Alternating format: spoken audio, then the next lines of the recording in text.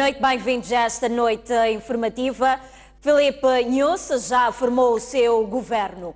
O mesmo é constituído por 22 ministros, sendo 17 homens e 5 mulheres. No que concerne a vice-ministros, dos 17 anunciados este sábado, 8 são mulheres. Saiba quais são os nomes que compõem o novo governo. Para o cargo de primeiro-ministro, Filipe Nunes nomeou Carlos Agostinho do Rosário. Do Rosário foi ministro da Agricultura e Pescas e governador da Zambésia no governo de Joaquim Chissano. Já desempenhou as funções de alto comissário da República de Moçambique na República da Índia e de alto comissário de Moçambique na República Democrática e Socialista do Sri Lanka, com residência em Nova Delhi, na Índia. A pasta de Economia e Finanças foi confiada a Adriano Malian, quadro bancário com mais de 33 anos de experiência. Para vice-ministro foi nomeada Amélia Tomás Taime Nankar, que ocupava o cargo de vice-ministra da Planificação e Desenvolvimento. Para a pasta de Negócios Estrangeiros e Cooperação, Filipe Nunes reconduziu o antigo ministro de Gabuza, Aldemiro Baloi.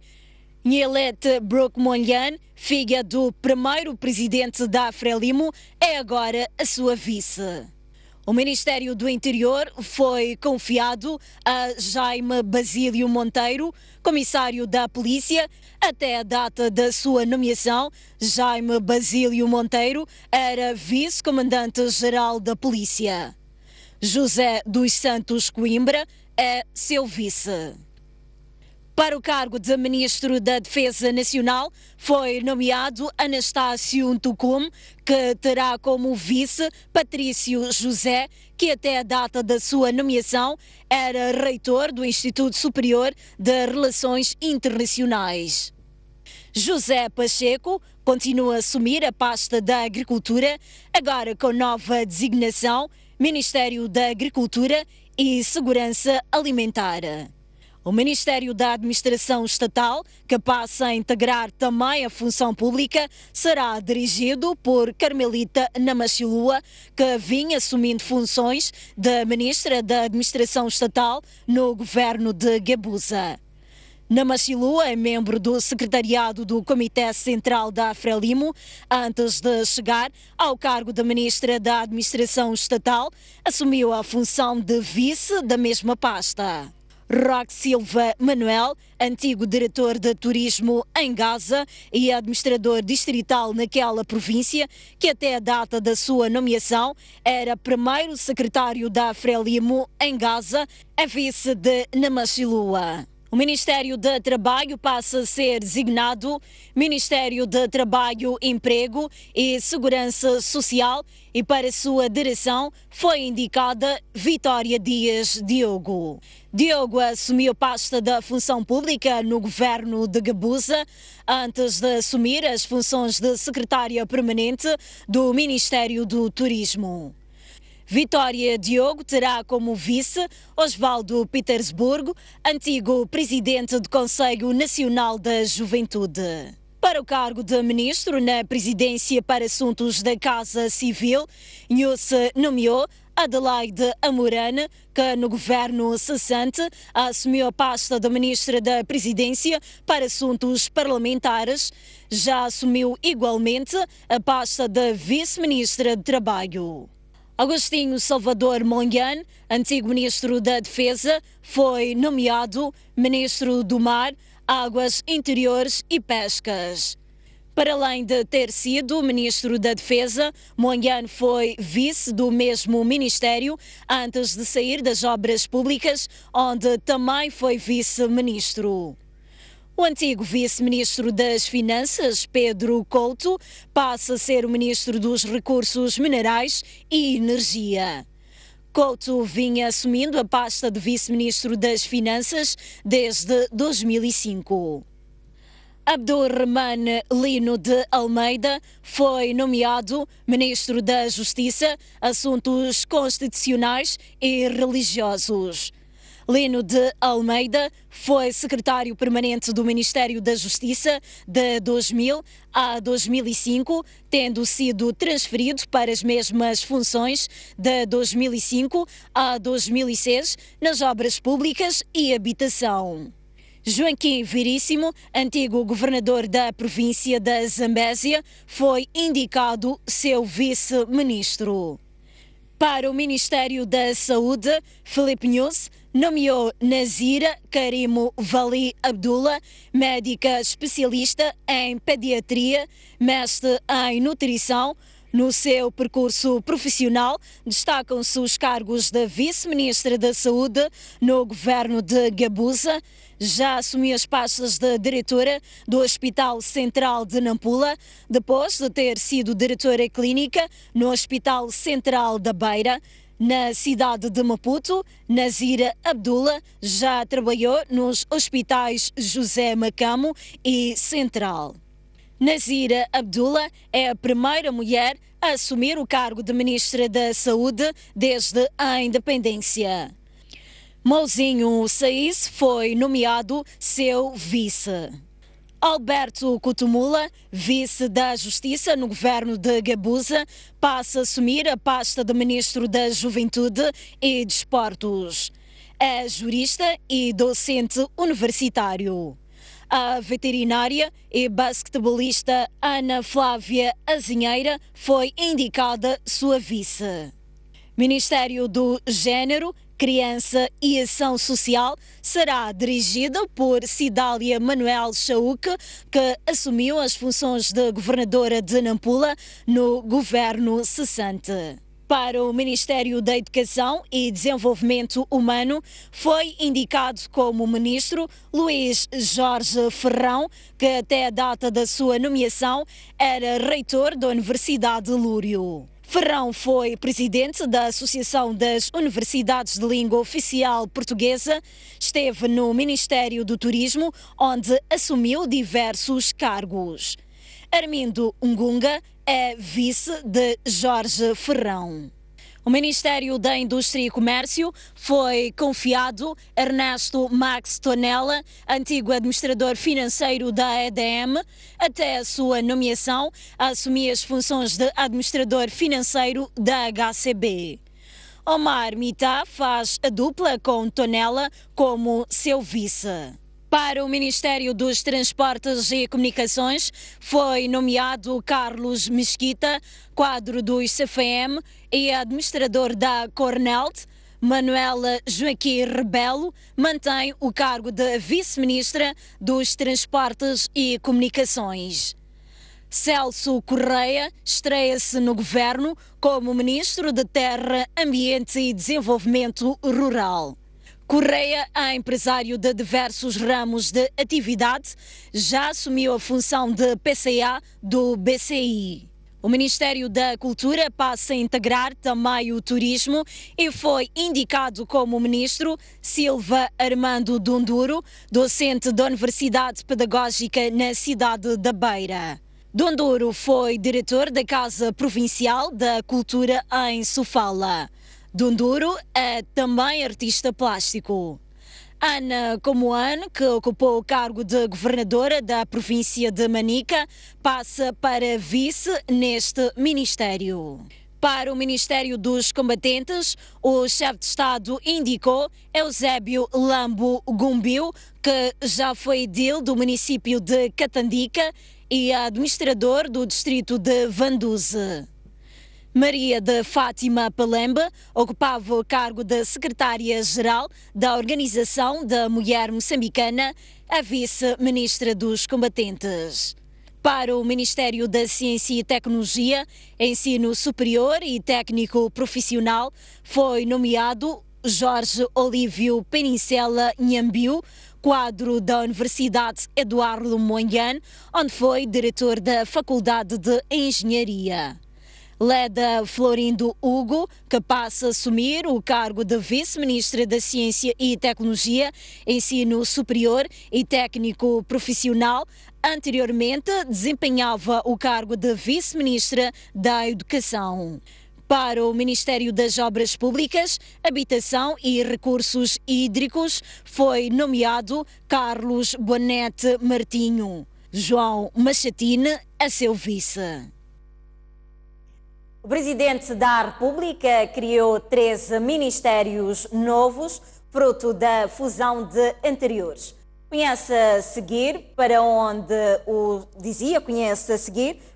irão os meios materiais e humanos dos ministérios extintos. Filipe Nunes decidiu dar seu cunho pessoal ao novo governo, criando uma estrutura própria que difere dos últimos 2 governos. O Presidente da República criou o Ministério da Economia e Finanças, que vai absorver os meios humanos e materiais dos anteriores Ministérios das Finanças e Planificação e Desenvolvimento. Ao Ministério da Educação adicionou uma nova função, que é de Desenvolvimento Humano. Ao Ministério da Agricultura adicionou a função de Segurança Alimentar. Criou o Ministério de Terra, Ambiente e Desenvolvimento Rural, que passa a absorver o pelouro de terras e cartografia do antigo Ministério da Agricultura, do pelouro de Desenvolvimento Rural, que estava no Ministério da Administração Estatal, e das áreas de conservação, que estava no Ministério do Turismo. O Ministério de Mar, Águas Interiores e Pesca absorve as competências do Ministério das Pescas. Ao Ministério do Trabalho adicionou responsabilidades como emprego e segurança social. Criou igualmente o Ministério do Gênero, Criança e Ação Social, que vai se beneficiar do patrimônio do Ministério da Mulher e Ação Social. Os Ministérios da Administração Pública e Função Pública deram lugar a um único ministério. Ao Ministério da Justiça adicionam-se os pelouros de assuntos constitucionais e religiosos. Os recursos minerais e energia voltam a ser um único ministério. Às obras públicas de habitação adicionam-se os recursos hídricos. O turismo e a cultura juntam-se e formam um único ministério. Ao Ministério da Ciência e Tecnologia volta-se a integrar o ensino superior e também o técnico profissional, que estavam ambos no Ministério da Educação. Os Ministérios de Negócios Estrangeiros e Cooperação, Saúde, do Interior, da Defesa Nacional, na Presidência para a Casa Civil, não sofreram qualquer alteração. E assim o governo passa dos anteriores 27 ministérios para 22. O comentador Jaime Macuan defende que o governo de Filipe Nunes foi constituído tendo em conta o mérito e competência técnica das pessoas, mas também com base naqueles que o apoiaram na primeira hora. Já Adelson Rafael, também comentador, entende que a redução de 6 ministérios torna o governo prático e simples.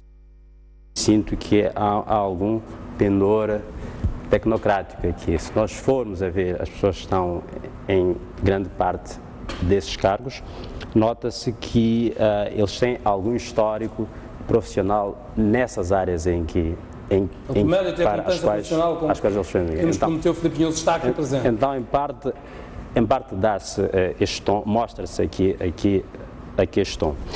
Agora, sob o ponto de vista de inclusão, bom, eu penso que aí já é uma visão mais restrita. Eu acho que, como aliás já tinha sido dado alguma indicação em relação a este ponto, inclusão na perspectiva do nosso chefe de Estado não significa ocupação de cargos governativos. Como já fez questão então acho que isto aqui está muito claro aqui. Em parte, acho que houve alguma preocupação em incluir jovens. E também aqui nota-se que houve alguma preocupação em incluir as pessoas que à primeira hora deram apoio ao Nunes. Vê-se o caso do Celso Correia, também o próprio Osvaldo Petersburg. Há um processo aqui também que é preciso fazer menção, a fazer o presidente Filipe Nunes a fazer jus ao seu enunciado no discurso inaugural, quando ele dizia que pretende fazer um governo prático com uma estrutura o mais simples possível. Essa redução de 28 ministérios para 22, de certa maneira, denota esse esforço em tentar pôr um ministério o mais prático e pragmático possível. Outro aspecto também que pode denotar aqui, quando a gente fala no processo processo de profissionalismo e competência é muito na ligação anterior que existia. Se a gente efetuar aqui uma retrospectiva e vermos qual foi a base de seleção para o último governo, me refiro no segundo mandato do presidente Armando Guebuza, foi notório que houve a ascensão de muitas figuras com cargos a nível político-partidário, pessoas que estavam em postos como secretários permanentes provinciais do Partido Frelimo, eles acederam a certos cargos, uns como ministérios e outros como os governadores. A gente não tem ainda a lista de governador, mas espero que ainda continue no processo de nomeação para os governadores, a gente consiga fazer a conciliação da meritocracia e esse todo competência profissional. Muito bem, vamos agora tentar analisar este assunto, a composição do novo governo que foi tornada pública hoje, e para tal tem em estúdio o economista João Mosca, quem desde já vou agradecer a presença. Boa noite, obrigada por ter aceito o nosso convite. O governo anunciado hoje vai ou não ao encontro daquilo que foi anunciado no discurso de investidura do Presidente da República? Boa noite, muito obrigado. Penso que sim, que fundamentalmente vai ao encontro do que o Presidente referiu nos seus discursos, embora naturalmente que existem aqui bastantes matizações, não é? É importante que houvesse uma redução dos ministérios, mas penso que podia ter ido mais além. 22 ministérios penso que ainda é bastante e penso que poderia ter feito uma maior redução, não é? Dentro do Ministério, em termos de equilíbrio de género, penso que há um desequilíbrio importante e isso é interessante na medida em que Moçambique, dentro dos critérios para o cálculo do desenvolvimento humano, do desenvolvimento humano, a questão do género tinha bastante importância e neste caso, não sei se nesse aspecto particular não regride um pouco, não é? Portanto, há um certo desbalançamento entre questões do género. É verdade aquilo que os colegas comentadores disseram à tarde, que pode-se aperceber que há uma maior tecnificação dos ministros, embora também seja verdade que há ministros nomeados que não têm muito a ver com as pastas, ou não têm nada a ver com as pastas para as quais foram nomeados, não é? É um governo mais jovem. Isso pode ser positivo, mas também tem a parte de risco, não é? E o risco é que, conforme o artigo 76 do Estatuto da Frelimo, o Governo presta contas aos órgãos partidários, sobretudo da Comissão Política, e sendo este Governo composto por membros com pouco peso político, essa ação de tutela ou de orientação ou de prestação de contas perante o partido pode-se acentuar, o que poderá significar uma redução da autonomia governativa do governo perante o partido e uma supremacia e uma grande presença do Partido Frelimo na governação desta forma, não é?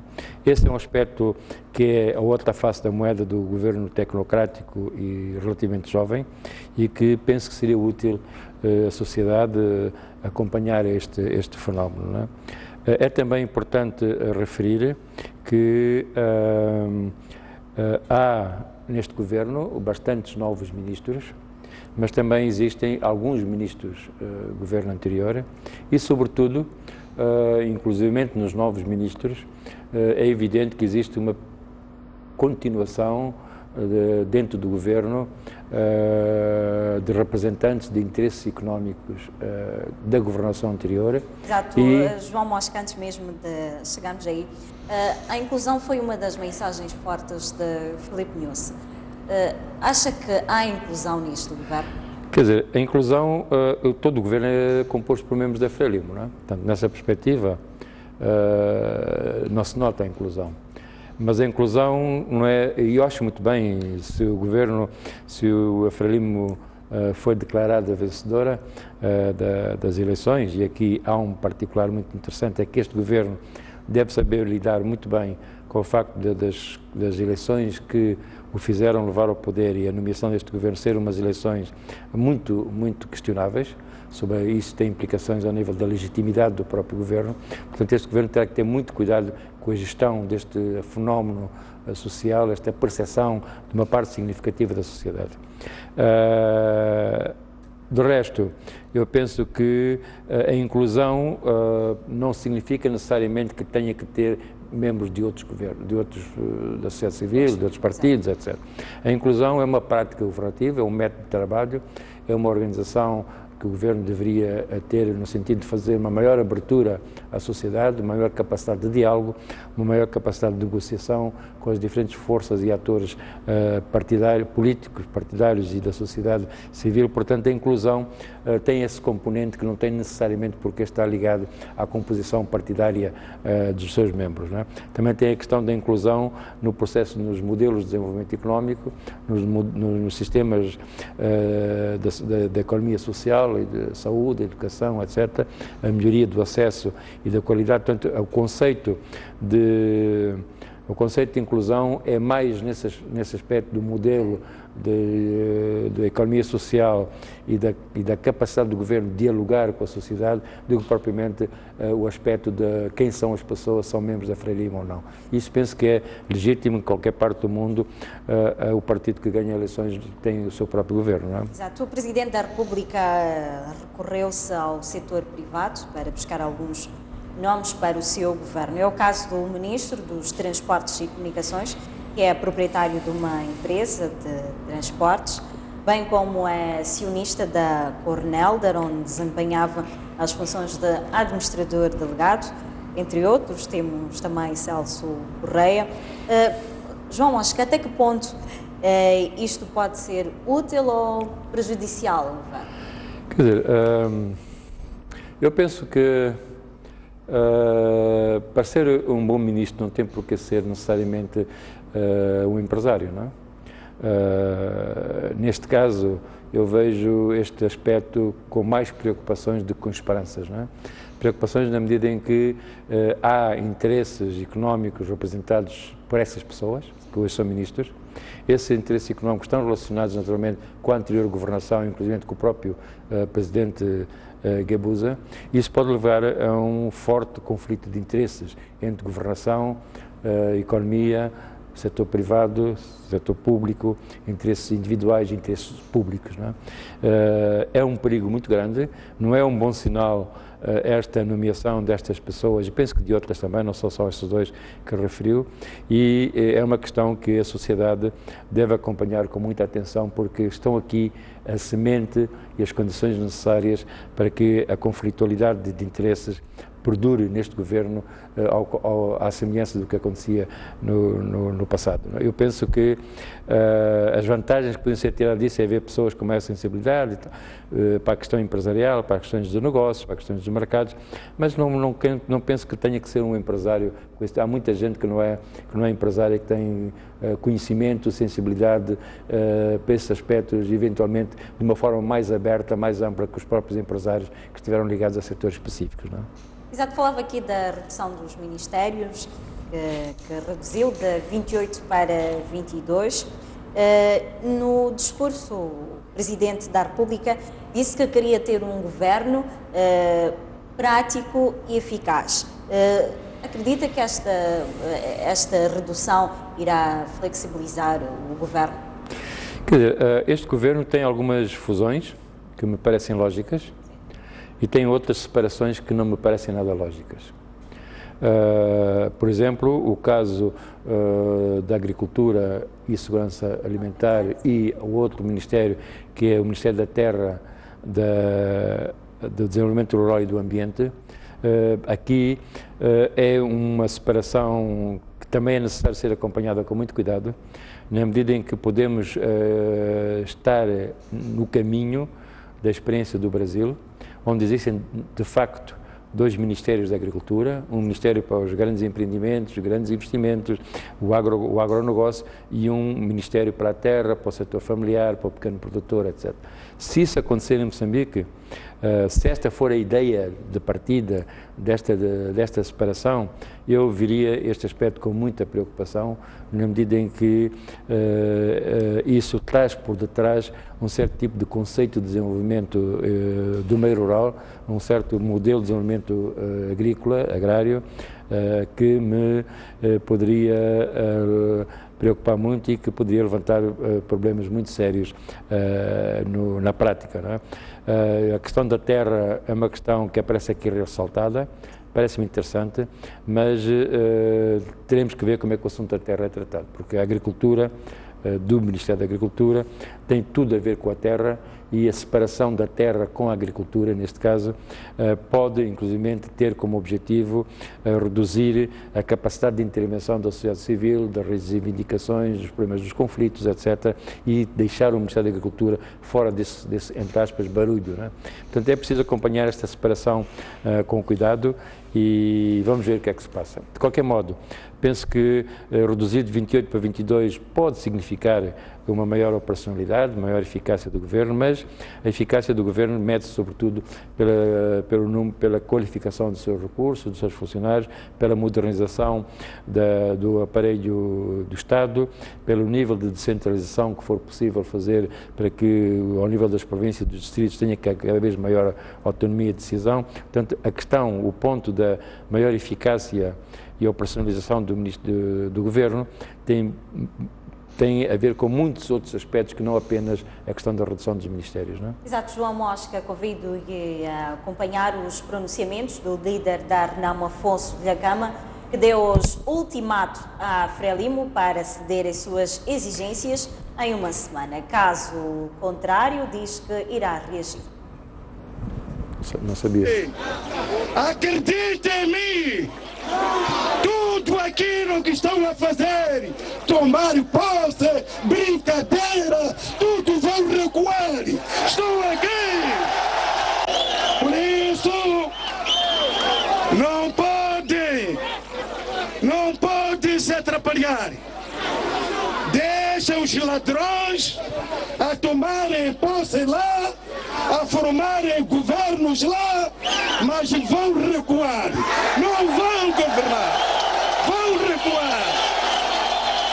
Afonso Dhlakama, líder da Renamo, disse em Tati que tudo o que está a acontecer, como tomada de posse e formação do novo governo, não passa de brincadeira da Frelimo e vai agir nos próximos tempos. Aliás, ameaça governar as províncias onde venceu, caso a Frelimo não ceda às suas exigências. Não podem ter receio, estamos a ouvir? Porque estou a ver que alguns pensam, já que o Lúcio tomou posse, pensa que o Dhlakama vai recuar, pensa que a Renamo vai recuar. Eu quero vos dizer, nunca, não há motivo para recuarmos. Quem vai recuar é a própria Frelimo, porque o problema não é de meia dúzia de gente lá em Maputo. Não é de meia dúzia dos comunistas da Frelimo que vão decidir pelo futuro de mais de 25 milhões. Vocês, a Renamo enviou caminhões para carregar vocês. A Renamo distribuiu toneladas de sacos de arroz ou camisetas para vocês poderem vir aqui. É o que a Frelimo quer. Então, se a Frelimo quer isto, diga ao Dhlakama como é que é para eu escolher dizer sim ou não. Afonso Dhlakama não reconhece a formação de novo governo. Dá uma semana a Frelimo para decidir o que pretende. Caso contrário, vai agir.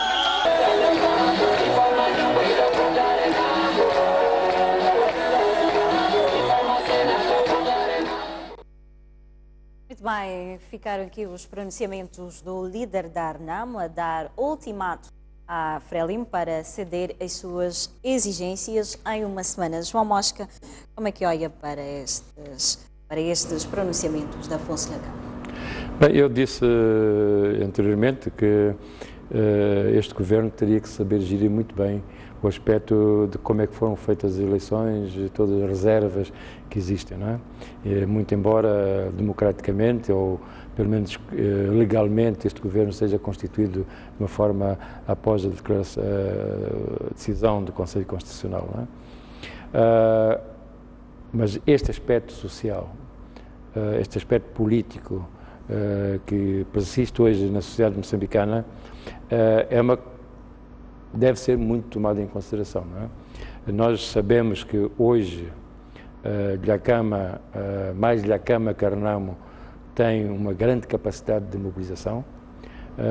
Não me admiraria muito que tivesse uma base social ampla, muito alargada, sobretudo no centro e partes do norte, de apoio, e caso não haja conversações para chegarmos a uma paz real, duradoura e sobretudo uma paz em que todas as partes, todos os atores políticos nutrem confiança entre si, se esse ponto não for alcançado, então com o apoio social que ele tem revelado ter, as bases de apoio, eu penso que a Renamo, o Dhlakama, tem condições objetivas para reivindicar aquilo que ele pretende, aquilo que ele pensa que é justo e, de alguma forma, criar níveis de estabilização bastante altos. Não estou a falar necessariamente de desestabilização militar, mas há muitas formas de desestabilização. E hoje penso que o discurso dele não é um discurso novo, as palavras não são novas, mas sim o ato, a fisionomia, as expressões não verbais do Dhlakama. Hoje notava-se claramente um homem ferido, doído e com uma força interna de protesto e de contestação, eventualmente de indignação muito mais forte que em outros comícios que ele fez. Então é uma questão muito delicada e eu penso que é o primeiro teste de fogo que este governo terá que enfrentar, ou este governo, ou como disse anteriormente, porque dependente do artigo 76 da FRELIM, que a FRELIM terá que gerir muito bem estes assuntos, senão toda a sociedade começa, ou já começa a ver, já viu que a paz não é um dado adquirido em Moçambique, e vamos ver como é que se envolve. Exato, e olhando para o próprio perfil do Presidente da República, como é que acha que ele irá dar com esta questão da paz? Eu não conheço o Presidente da República, portanto não sei dizer muito bem sobre o seu perfil psicológico, sociológico, de caráter, etc. Mas, independentemente disso, ele tem que saber que a paz é o bem mais desejado que o povo quer, não é? E a paz é a questão mais essencial para o desenvolvimento, para a tranquilidade. E ele tem que, se tem um caráter ou um perfil psicossociológico bastante determinado, eu penso que é importante haver cedências de todas as partes, haver negociação, haver entendimento, porque a paz merece qualquer tipo de entendimento, qualquer tipo de compromisso, qualquer tipo de troca de compromissos entre as partes que neste momento claramente não estão de acordo. E isso, para evitar esse tipo de situações, eu penso que o atual Presidente deve fazer todos os esforços, mesmo comprometendo alguns aspectos dentro do próprio partido Frelimo, que sabe-se que dentro da Frelimo há forças mais radicalizadas no sentido de não entrar em conversações, etc, etc. Eu penso que ele deve tomar posições muito sérias nesse aspecto. Caso contrário, podemos perder uma boa oportunidade para iniciar um percurso de confiança política entre todos. Não é? Exato. Voltando à formação do governo, acha que este governo está à medida dos desafios atuais do país? Este governo combina alguma maturidade com alguma juventude, combina pessoas que estão em ministérios nas áreas em que eles têm experiência importante, mas também tem outros ministros que não estão ajustados às suas respectivas pastas e ministros muito mais jovens do que outros. Não é? De qualquer modo, penso que, independentemente disso, houver neste governo uma grande interação interna, coordenação interministerial, houver um conjunto de ministros, sobretudo os que têm pastas mais importantes na economia, na área da soberania, e que eles sejam de facto o motor deste governo, ou, aliás, as pedras fundamentais deste governo, e também a ligação da FLIM com o governo, se isso for possível, eu penso que qualquer governo, quaisquer pessoas minimamente competentes podem formar um bom governo. Então não tenho por que dizer que este governo não possa vir a ser um bom governo e um governo competente. Agora é preciso ver como é que ele atua e os níveis, sobretudo, alterar profundamente questões de arrogância, de autoritarismo maior, e contrapondo com maior abertura, maior diálogo com todos os atores que são possíveis e necessários, não é? Exato, João Mosca, muito obrigada por ter aceito o nosso convite. Filipe Nhussa já formou o seu governo, mesmo é constituído por 22 ministros, sendo 17 homens e 5 mulheres. No que concerne a vice-ministros, dos 17 anunciados este sábado, 8 são mulheres. Vamos prosseguir agora esta noite informativa com outras notícias. Moradoras dos bairros da Matola apelam à demolição imediata de construções que obstruem a passagem das águas como medida para combater enxurradas. Moradores dos bairros afetados ciclicamente pelas inundações da Matola aderiram em massa ao encontro convocado pelo município para apresentar o seu plano diretor. O projeto preconiza a reabertura das bacias das águas pluviais obstruídas por diversas infraestruturas e construção de drenagens que servirão de canais de escoamento, o que pressupõe a demolição de alguns edifícios. Entre as construções que serão afetadas constam os complexos comerciais e industriais localizados no bairro de Fomento, algumas das quais as autoridades municipais já começaram a demolir. Enxurradas em que muita gente sofreu. A minha casa foi uma das casas que, na verdade, sofreu muito. E eu devo dizer que desde 2003 que eu estou naquela zona, é a primeira vez que entra água na minha casa. Por quê? Porque alguém, em algum momento, fechou por onde as águas passavam. Nós acreditamos que todos nós estamos afetados, pois precisamos de uma limpeza das valetas que já existem e também criar outras valetas, que é o meio de saneamento que vai nos permitir com que os nossos bairros estejam sem esse problema de águas. Todas as águas que são escoadas de outros bairros, da cidade da Matola e o próprio 700, elas todas são descarregadas na zona do bairro Lopes. Essa situação traz-nos vários constrangimentos, porque toda essa água se concentra nas nossas casas.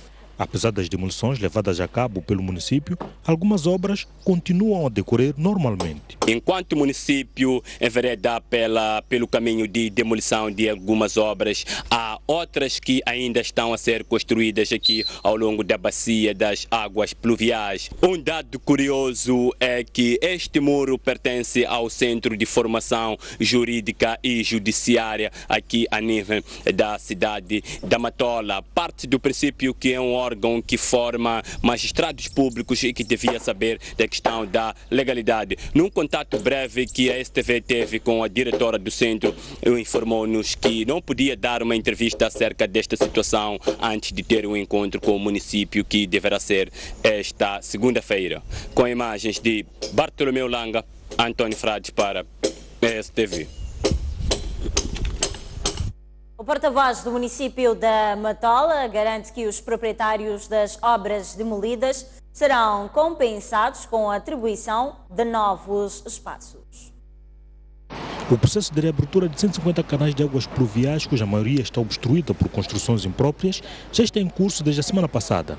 Além destes complexos comerciais, sabe-se que há residências que foram construídas no caminho das águas e que deverão ser demolidas. Em muitos dos casos está mais do que claro que houve negligência, sobretudo dos construtores, sejam eles de natureza comercial ou privada, e nessa perspectiva o Conselho Municipal, a principal compensação que o Conselho Municipal pode dar é, em primeiro plano, identificar um melhor espaço para a atividade dele.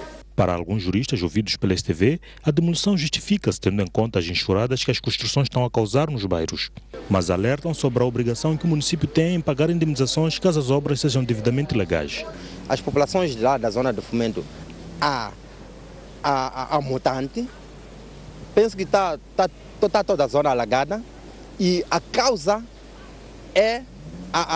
são as infraestruturas erguidas. E neste caso o município pode sim revogar o direito de uso e aproveitamento de terra, alegando o interesse público, sem prejuízo, logicamente, neste caso, se tudo estiver conforme, neste caso, sem prejuízo do direito à indemnização. Por quê? Porque aquele ato era um ato constitutivo de direito.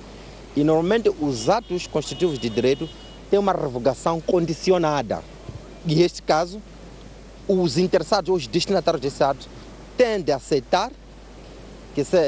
aceitar ou anuir, ou pode-se revogar naquela parte em que prejudique os interesses dos destinatários. A demolição é legal por motivos de interesse público, mas deve ser fundamentado e também obedecendo um formalismo que está estabelecido na lei, através de estudos de avaliação, com envolvimento de consultores, depois uma decisão da entidade que tem um poder de determinar essa expropriação e a demolição, que é por parte da própria entidade que concedeu o DUAT. Mas temos esta particular nuance, quais são as consequências do conhecimento prévio dos empresários em causa das especiais condições daquele terreno. Sabe-se que os bairros mais afetados pelas enxurradas, supostamente causadas pelas construções impróprias, são Fomento, Liberdade, Salala, Cobe, entre outros. O presidente da Associação Nacional dos Municípios exige uma ação combinada entre as autarquias locais e o governo central no combate aos estragos causados pelas calamidades que ciclicamente afetam grande parte dos municípios do país, sobretudo nesta época do ano. Da STV, Tashiri Karim, o presidente da Associação Nacional dos Municípios, disse que as autarquias locais, assim como o governo central, devem estar de mãos dadas no combate aos estragos causados pelas intempéries que ciclicamente afetam grande parte dos municípios do país, porque, segundo suas palavras, as autarquias locais estão sem capacidade para dar resposta à situação e, ao mesmo tempo, reduzir o sofrimento dos municípios afetados que necessitam de assistência. Não se pode deixar só a essa grande responsabilidade de recuperação apenas os municípios. Todos nós, organizações da sociedade civil, instituições de cooperação a nível nacional e internacional, temos que nos juntar para que efetivamente a breve trecho possamos todos ultrapassar essas questões que normalmente são de grande preocupação. Estamos a ver grandes infraestruturas a serem danificadas, estamos a ver casas submersas, estamos a ver redes de abastecimento de água, a energia também a serem afetadas. Por isso é que essa função, essa missão não pode ser deixada para o nível dos municípios. Todos nós temos que nos juntar para sair de bom grado nessa situação. E nós acreditamos nos nossos colegas que estão lá, o esforço que estão a fazer, naturalmente em parceria com o governo. No outro desenvolvimento, Tashiri Karim, o presidente da ANAM, aproveitou a ocasião para solidarizar-se com os municípios afetados pelas intempéries e lança apelo aos CIDIs das autarquias abrangidas no sentido de aumentar a sua capacidade de resposta na assistência dos municípios que necessitam de apoio urgente. Está a acontecer agora, não acontecia há anos atrás. Então não temos agora exatamente quantos municípios é que são propensos a calamidades, mas temos, por exemplo, municípios que se situam na zona costeira, que são os mais propensos à questão de calamidade, e contribui isso também à questão de construção desordenada em alguns municípios, que não podemos fazer drenagem porque no sítio onde podia passar a drenagem alguém construiu lá. Então é um esforço que tem que ser conjugado de todos nós para que efetivamente possamos ultrapassar essa dificuldade. Refira-se que os municípios de Maputo, Matola, Mucuba, Nampula e Nacala são os mais afetados pelas intempéries que desde o início do ano vêm fustigando o país, deixando centenas de famílias sem abrigo e outras necessidades básicas. Um total de 70 militares da Força Aérea Sul-Africana chegou sexta-feira à tarde à cidade de Quelimane para trabalhos de resgate da população, neste momento sitiada nas zonas inundadas. Na manhã deste sábado, os militares iniciaram a operação de resgate. Esta é a tropa sul-africana que, ao cair da tarde de sexta-feira, chegou a Quelimane para trabalhos de resgate da população que continua sitiada ao longo da bacia do rio Licungo, que parte desde o distrito de Mucuba até a zona do Nantes, no distrito de Macás da Costa. Na manhã deste sábado, parte desta tropa esteve reunida com o Centro Nacional Operativo de Emergência para a coordenação da operação. We are here to assist Mozambique with the rescue of the personnel that's affected by the floods. Estamos cá em Moçambique para apoiarmos aqueles que neste momento estão a ser fustigados pelas inundações e pretendemos fazer trabalhos de busca e salvamento.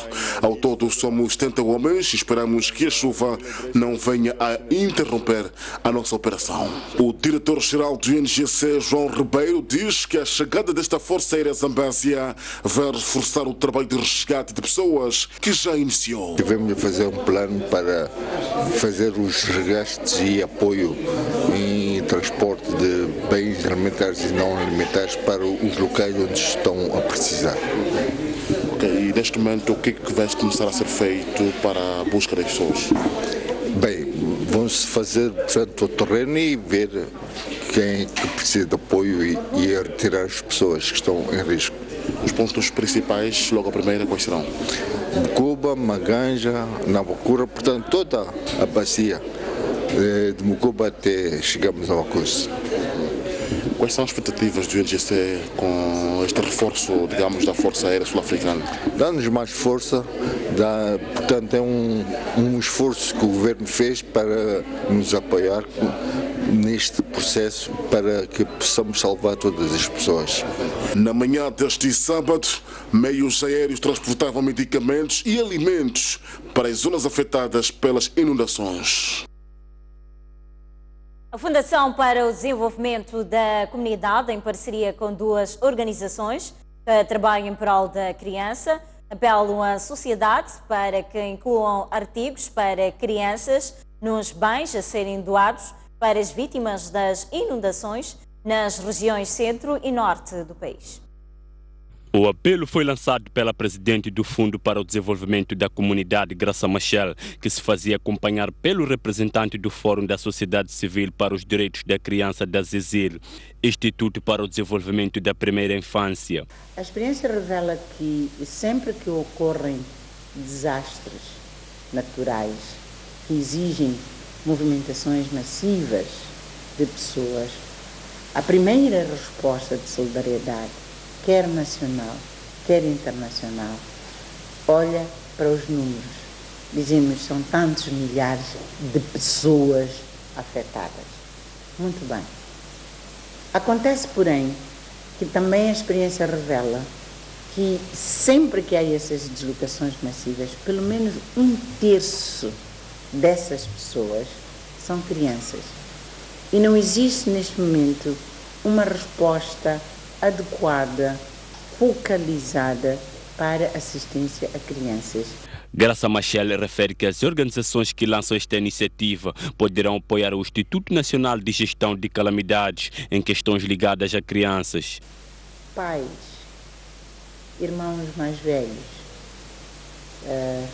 famílias, instituições públicas e privadas, quando doarem, seja o que for, para assistência às vítimas dos desastres naturais, se lembrem de ofertar comida para crianças, roupa e calçado para crianças, material de higiene, que é fundamental haver material de higiene para crianças para que não sejam atingidas. Refere-se que as inundações que assolam a região centro e norte do país já fizeram óbitos, deslocados e avultados danos materiais. Muito bem, ao fim desta noite informativa, gratos pela atenção dispensada. Continuem a acompanhar a nossa restante programação e o WhatsApp.